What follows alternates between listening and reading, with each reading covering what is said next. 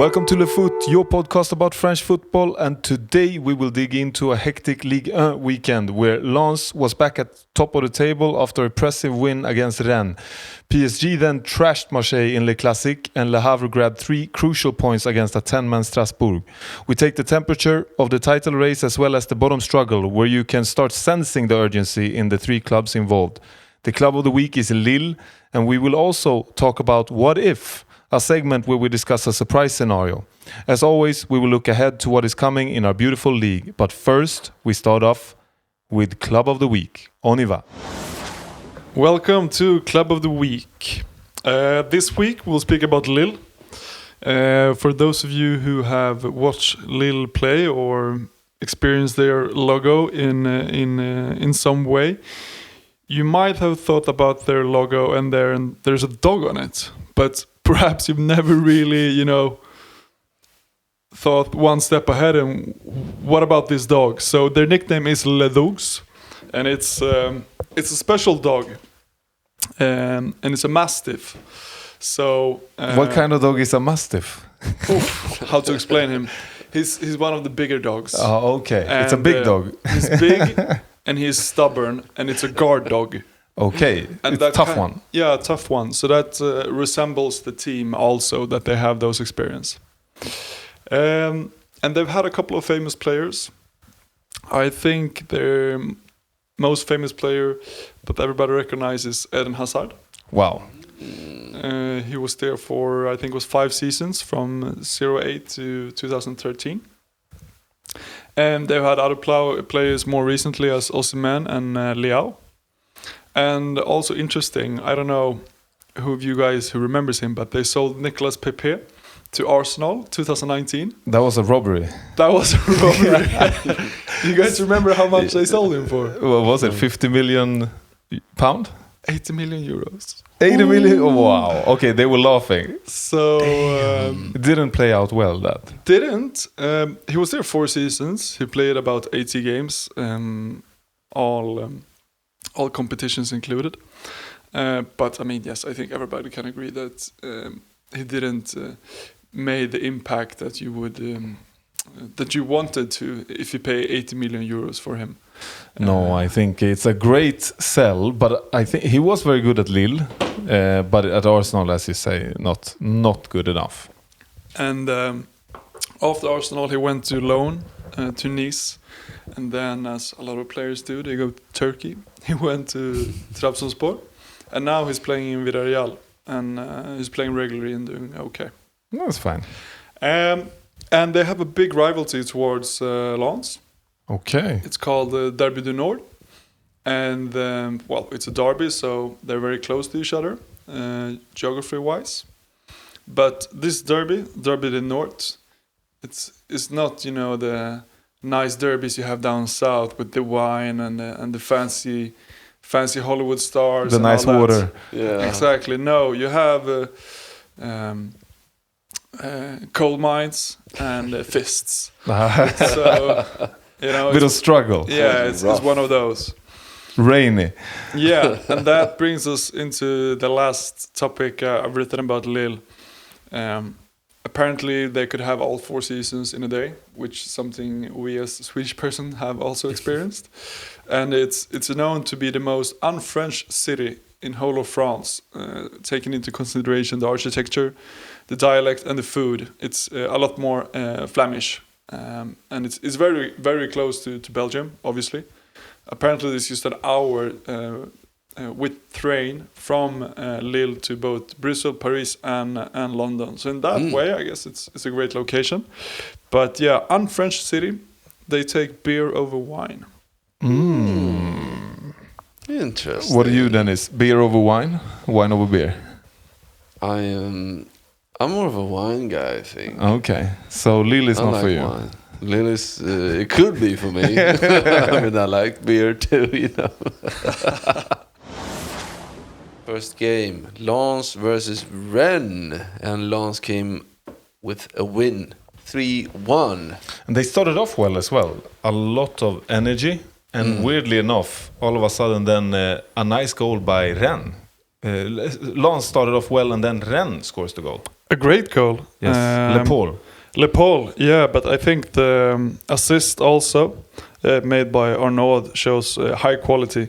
And the skill of the game to be able to read where to pass the ball and when to pass the ball, and then to Le Paul to be at the right place at the right time. But apart from that, I think Rennes produced about nothing, even though they were one man more in about 30 minutes.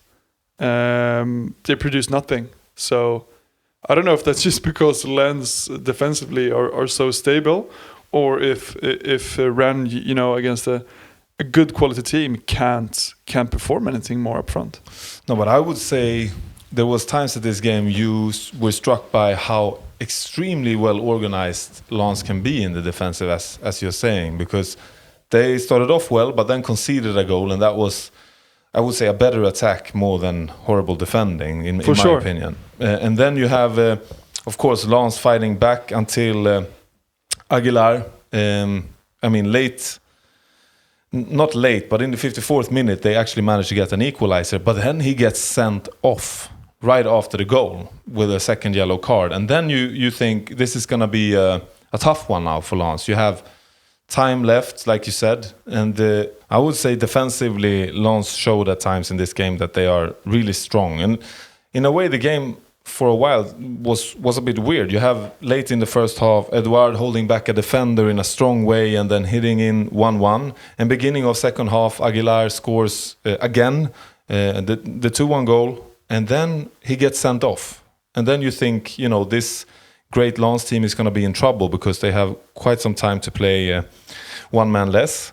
But I don't think they let Rennes have many chances. No, they didn't leverage that at all. And again, I think it's just because, Lens are so good defensively. And even though when they conceded, when they were 11 against 11 in the beginning of the game, it was just because it was, a nice moment between Le Paul and Arnaud from Rennes.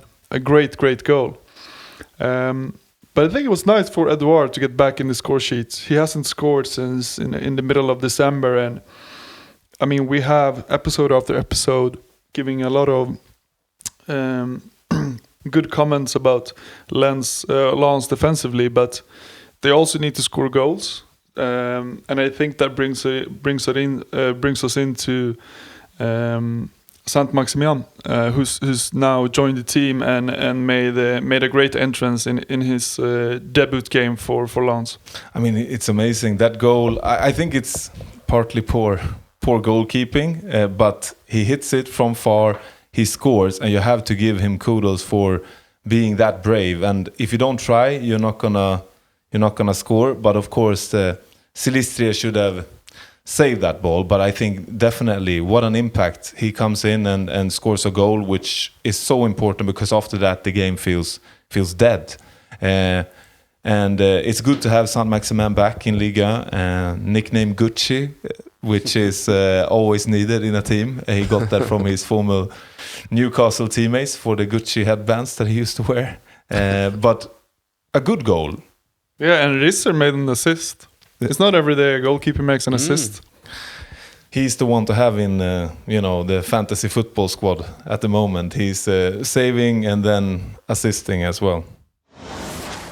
PSG versus OM, La Classique. And we can conclude by saying that the scoreline was 5-0, but it's not every time a team wins with 5-0 and that score is in underline compared to what the result could have been. 5-0, what happened? Crazy. PSG, the better team, the whole match, I would say. There was some times in the first half where OM, tried to pose a bit of a threat. Of course, they had one chance here or there, but overall, I think PSG could have scored 9. They came off. They first scored Dembélé, and then Dembélé again with a goal. His second goal is class. He's dribbling 2 defenders and putting it up high. And you see this kind of Ballon d'Or performance when, it's like everything else is freezes and there is only Dembélé on the pitch. And amazing. So dominant PSG, as to your point. And then, it's one thing to score, make a brace, against Angers, home or something. But now they're playing their biggest rivals, and this is the game when you want your top players to step up, and he most definitely did. I mean, they didn't even let Marseille have a chance. They scored the first goal very early, and just from there it felt like Marseille already knew they were gonna lose the game. They were all over the game, like they didn't know where to stand defensively. It was a mess. Yeah, definitely. I don't really know what to say about the defense. I think they should spend less time in the tattoo studio, probably spend some more time practicing on the pitch. What do you say? They need to do something, because even the Serbi seemed confused after the game, and it's bad. I mean, the expected goals PSG is close to 5. It's not often you see any team have above 4 in expected goals. And when you watch this game, I mean, the crossbar, the post, PSG could have scored much more. And also, I think, I know that there was some harsh words in media, and it should be, because it's the biggest game, and then you have a 5-0 trashing, and it's not worthy. And I think Marseille, do you think that it's a bad Marseille performance that makes it 5-0, or do you think that it's a fantastic PSG performance? I think it's both. A mix. The perfect storm. Yes, the perfect storm. You could see throughout the game, or at least the second half, that the defense of Marseille really didn't. They couldn't. It didn't function properly. No, it didn't function properly. But that's the thing. I think there is a few players to outline here, I think, in Marseille, that I think, first of all, I don't think the top 3 is good enough in this game. I think Greenwood, Guiri, and Nwaneri, I think all has a mediocre game. You can't have that against a world-class opponent away if you're going to get some points to go, because PSG is going to score. You have to score 2. But defensively, I think Medina and Balerdi, horrible game. And there is some great goals. I would say also Kvaratskhelia scoring. You have Lee coming in, scoring after a few minutes. So happy to see him back, the Korean. But overall, I know that local Provence newspaper talked about OM players being zeros. And I must agree. I also, something struck me, because I was thinking about that question quite a bit when I had watched this game, and that was, which is it, PSG fantastic, or is it OM that is bad? And I think we saw PSG against Newcastle recently, and Newcastle put up a fight. The same Newcastle team that Marseille beat in the Champions League earlier in the autumn. And that just shows to me they came to this game and they performed terribly. Terribly. It's not just a fantastic PSG, it's also a terrible Marseille in this specific match. I think it's more a terrible Marseille that you're pointing out here, more than PSG being great, even though that they were great both as a team and individually. I mean, we saw many great skills, especially from Dembele, but like individually from Lee, Kvaratskhelia, etc. But I'm starting to think that, I mean, is the Serbi demand to lead Marseille further? Because as a supporter and as a football viewer, you know that they have individual qualities within Marseille, but apparently they decide when to show it. They can play great in one game and then they're lousy in the second. And this has been an ongoing topic from us, and I think it's up to the management, you know, to get the players to perform on a stabilized level, because you never know where you have them. No. I mean, you're getting battered against your biggest rivals with 5-0. It's a statement. No one is happy. No. And like, what was the point to bring in Naveri in then now in January? Is he the kind of player they need now, or?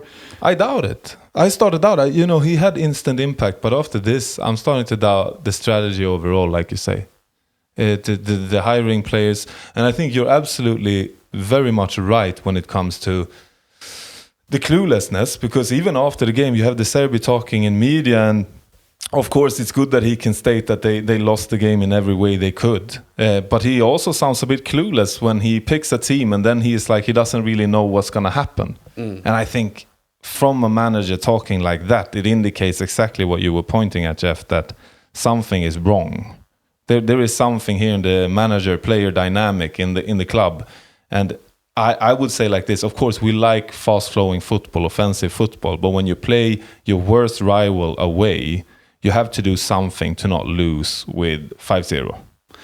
Yeah, and I mean, football goes quickly, right? 2 months ago, Marseille were looking good. It was 6 points up. They had a good chance to get third in the Champions League. Now, 2 months later, Lyon has taken the third place and looking really strong. I don't see how Marseille is going to pick that up. They're out in the Champions League. Things are not looking good at the moment. No, it doesn't look good. A few things I need to point out before we finish this specific game is that Nuno Mendes was, really looking like the world class, maybe the best center back, left back in the world. Yeah, and it's amazing to see. He had also some, not fighting, but a bit of arguing with Timothy Weah early in the game, and I like to see that when it's a game, high emotions, and the emotions I have to point out were also high in the stadium. Great tifos, several tifos by the PSG fans, which is always great to see. And there was also the rapper Booba, legendary French rapper, at the game with some pretty strong anti-Marseille gear and vibes. So I think overall a very big happening, a big match, but that kind of makes it worse to lose 5-0. But what do you think about that? That for the last couple of years, there's no away fans allowed any direction. So here in Parc des Princes, for instance, there is no organized fans allowed into the stadium from Marseille, and the other way around at the Velodrome, there is no PSG fans allowed. What do you guys think about that? I think it's a shame. I think derbies, this is not a derby in that sense, different cities far apart, but it's Le Classique, and any football match, I believe, should have the capability of supporters from both ends. But there has been a lot of trouble, and there is a lot of hate. So I can understand, but I don't like this solution. No. And just to end this off, is Marseille too, do they play with morals? Does that weigh in too much into their gameplay? Because just a round or 2 rounds ago in Ligue, they played Lens and they won. Fantastic game as well. Fantastic game. And then they won against Rennes. Yeah. And then they come now against PSG and just get demolished. I'm going to be honest on that question. I feel a bit clueless, similar to the Serbia. You never know what you get. Yeah. It's some games they look like a tight team, played together for a long time with great quality. And some games, I would say, bottom half team. We saw Liverpool, we saw in Bruges, and we see this game. We have been talking about it for a few weeks now. It's this every other game business, which I think doesn't benefit anyone really. No. Anyone really. And my issue with them would be that the lows are way too low. Le Havre Strasbourg 2-1. What a game. I expected Strasbourg to come out here with 1 or 3 points, but then we were surprised by Zagadou. What a header, first half. Definitely. And now, as you said, 2 straight losses in the league for Strasbourg. And are we starting to see the real Gary O'Neill? Maybe. Could be. We had our doubts. And it's a tough one. Of course, the red card has a big impact here. Because they managed to equalize via Godot. But then I would say it's a well-earned victory for Le Havre, given the red card. And also a great goal in the second half by Soumaré. He's almost laying down scoring that goal. Not every day and every match you see someone laying down, putting the ball straight into the corner. Yeah. Oh, like a dance move. Like a dance move. I think Le Havre have had a great run the last couple of games. And this game, even though there were one more player for the longer period of the game, they performed well. It felt that they had different attacking combinations, producing chances. And could have scored a third goal also. So Well played from Le Havre, and very important to get Isa back scoring. For sure. They've struggled a bit, as most teams do, down the bottom with the goal scoring. So great to have Isa back. Yes. Yeah, and as you said, a bit of a funny goal. He's lying down and doesn't really feel that he exactly knows where the goal is behind him and where the goalkeeper stands. But even though he managed to score, and I guess that's a quality very much needed as a striker, you know. It's good, and I would also highlight Boufal, great game for Le Havre. But when I watch Le Havre, I would say proper star is the shirt as well. I mean, those shirts, I need to grab one. I love how they look. They have this classic look, but still original. We see a lot of great football kits, I would say, these days. But this one feels original.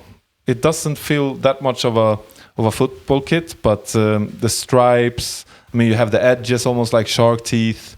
Nicer than Nantes? I think most shirts are nicer than Nantes. I would say the yellow color in Nantes somehow is giving me the heebie-jeebies.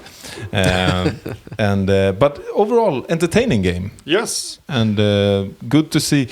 Again, as you say, important for Le Havre. Important 3 points. What do you think about the performance from Panicelli? I think it's like a bit cold, to be honest. I mean, we criticize a bit the attacking force down in Marseille playing against PSG. And I would say Panicelli, now he has a game with a missed penalty, coming off the missed penalty against PSG. And he comes to this game and he performs a bit cold. So I'm wondering, is that something that maybe the managerial change from Rossignol to Gary O'Neill, he's starting to feel it? I'm not sure, because we need Panicelli back to the form, you know, when he's chasing Greenwood in the top scorer list. I would say it's mid performance. Yeah, I was not. I didn't think his performance was any good either, and you know, in a game against Le Havre, you would think that he would get a lot, because it's going to be a physical game, right? So you would think that he would, you know, get a lot of balls, played as a target player, able to contribute to his team, pass the ball left, right, and they did have a bit of pressure the last 30 minutes, even though they're one man down. And I didn't see that many balls coming in, so I'm not sure if Gary O'Neill wants to play a bit differently, because Panicelli is good on his head also and in the box. Didn't feel that he get that much to work with either. But yeah, no, I was not really impressed by Panicelli this game. No. 2 games in a row now. Hope he bounce back for a great spring. And then also now for Gary O'Neill and Strasbourg, they got 3 really tough games ahead. They're playing OM away next game. And after that, they have 2 home games where they start to play off Lyon, who's probably with PSG and Lens, but like one of the best teams form-wise in the league. And then after that, they have Lens. So, I mean, that could be a back-to-back losses from Strasbourg, which will give them 5 losses in a row. And then it's important Gary O'Neill built a little bit of a buffer when he came with those victories, because as you say, this could be tough.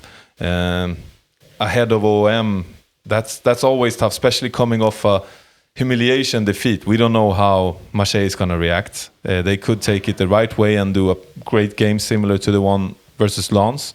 And Strasbourg, they need to find a way of dealing with because that's tough. What you're listing there is tough. Ligue, check. Lyon now in 3rd place after win against Nantes and thereby takes Marseille's place. And we have to stop that red card on Endrick. Do you think it's a red card? After seeing it, it's I think it's very questionable. I don't know if it even should be a yellow card. No, it's like he's falling and then studs, of course, on the leg. But I think it doesn't make sense. There was a tackle in the PSG game from Vitinha, which should have, it's more of a red card than this one. And they send out Endrick. I mean, strange situation. I mean, they win the game, so no big loss. But now Endrick's going to miss a game. I found that one a bit tricky. Jeff, you have talked in the past about the referee level and being harsh, and I would put that one in the category too harsh. Definitely. I mean, I would think, or I would say that if he would have had a yellow and this would have been his second, it would have been, somewhat hard. But now, straight red. I'm not sure what wine that the referee had before the game because I don't see it's a red card. No, not at all. And then we have Auxerre and Metz drawing, but needed more. They had Just a quick one there on Lyon. Also, it was nice to see Sulch back in the in the score sheets. Yeah, it's getting harder and harder to argue that they should have someone else up there. But I'm still not 100% convinced. But I can't deny the impact he is having on this team and on points. He's scoring goals and scoring important goals. Yeah. So must say. But then Metz and Auxerre. Still, they can't score. Auxerre. No, it's they can't. They can't score. And they actually pushed Paris FC a lot in the end of this game. You could tell, like it's almost like they're sensing now that we need to get some points. And they scored 14 goals in 21 games. No, it's terrible. Given I would say when you watch their matches, you can actually see they have some quality in passing, some speed. They have Sinayoko, pod favorite. But somehow the ball won't go in. And I think this was an even game overall. But in the end, they put a lot of pressure on. And Metz being Metz, they actually got a point now. And I think Lille are the most disappointed in a way. They face off this weekend. We have the battle in the bottom. We have these two teams. And that's going to be super interesting. But I would also say there is some things happening right above the bottom. We have Paris FC drawing. Same with Nice. And it feels a bit like they will draw themselves to safety. And the teams below are just too bad. They are too poor. And the form is too poor.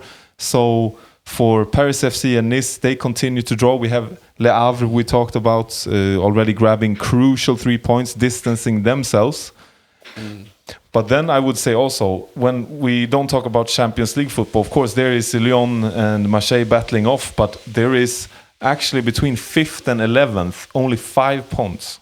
So there is several clubs that could make a run for European football.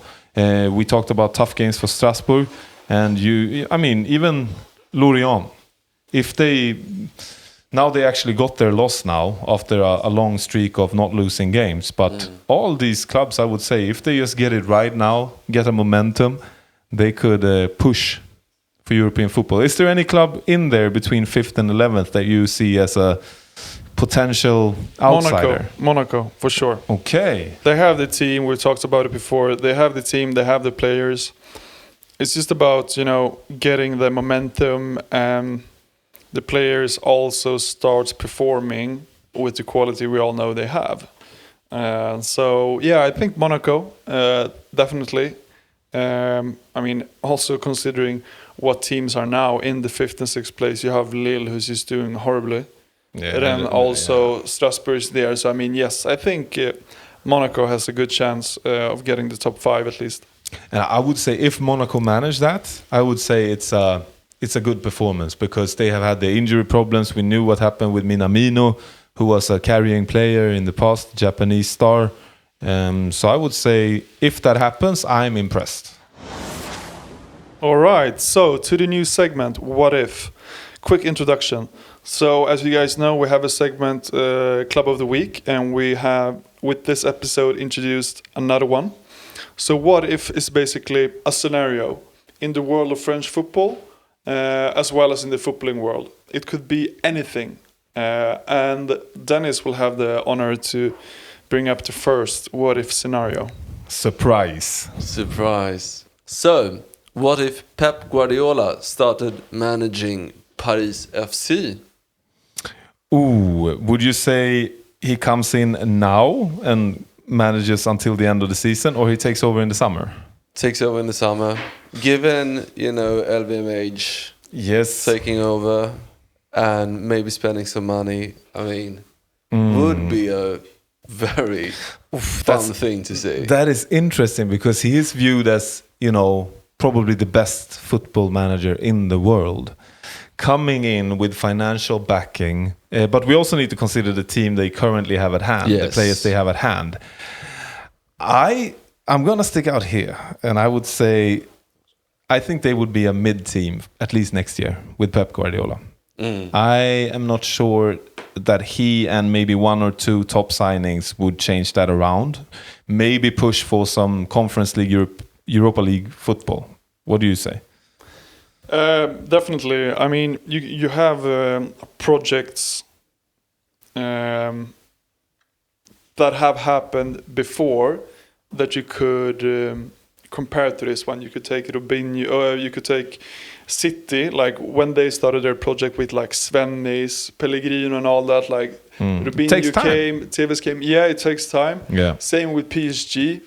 And I mean, it took them, 10, 15 years to win the Champions League, and they did not do it when they had players like Neymar, Mbappe, and Messi in the team. So I mean, it's going to take time. I think that for sure. But then also, I don't think, he's not going to be able to pick top shelf players. He's going to have to take, a youngster who believes that his capabilities as a football player is going to improve by having Guardiola as a coach. But then also, he's not going to get the superstars because they also know that even though me and two other boys come in, we're not going to beat PSG the first season, No. And we're not going to be contenders to be able to win the Champions League. I would say that the thing, though, that would go against the trickiness of signing players, because I agree, they would question like, oh, am I going to play a mid-team now for a season or two before maybe this takes off properly, is that Paris would be a great city to live, I think, for many of these. I mean, same attraction goes for PSG. But I agree, the signing process would be interesting to see. I think there would be some leverage just knowing that it's Pep Guardiola. Yeah. I think also his reach and his image amongst players, him improving players, and also the players that are there. I'm thinking like Kebal under Guardiola would be... I mean, that would be interesting. That would be very interesting. Because I imagine he's a player that Guardiola would appreciate the qualities. I think so too.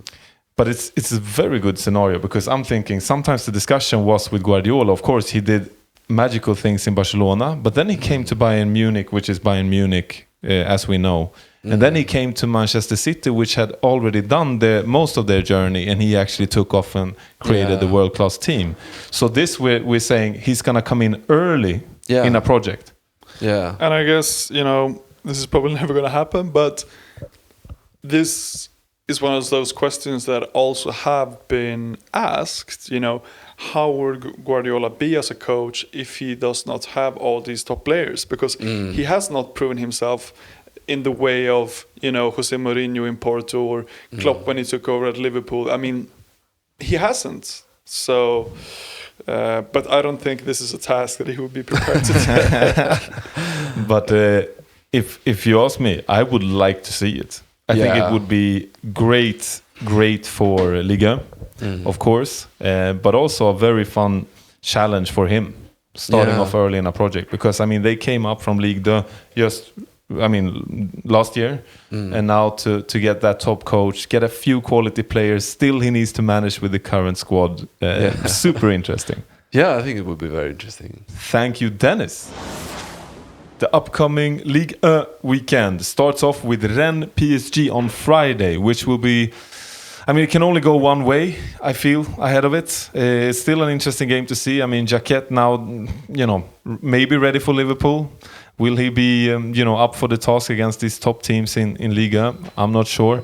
But nice way to start off the Friday. Any other games you're looking out for, Dennis? I mean, I think Lens versus Paris FC would be fun to see. Nice on a Saturday evening. Yeah, nice on a Saturday. We like that.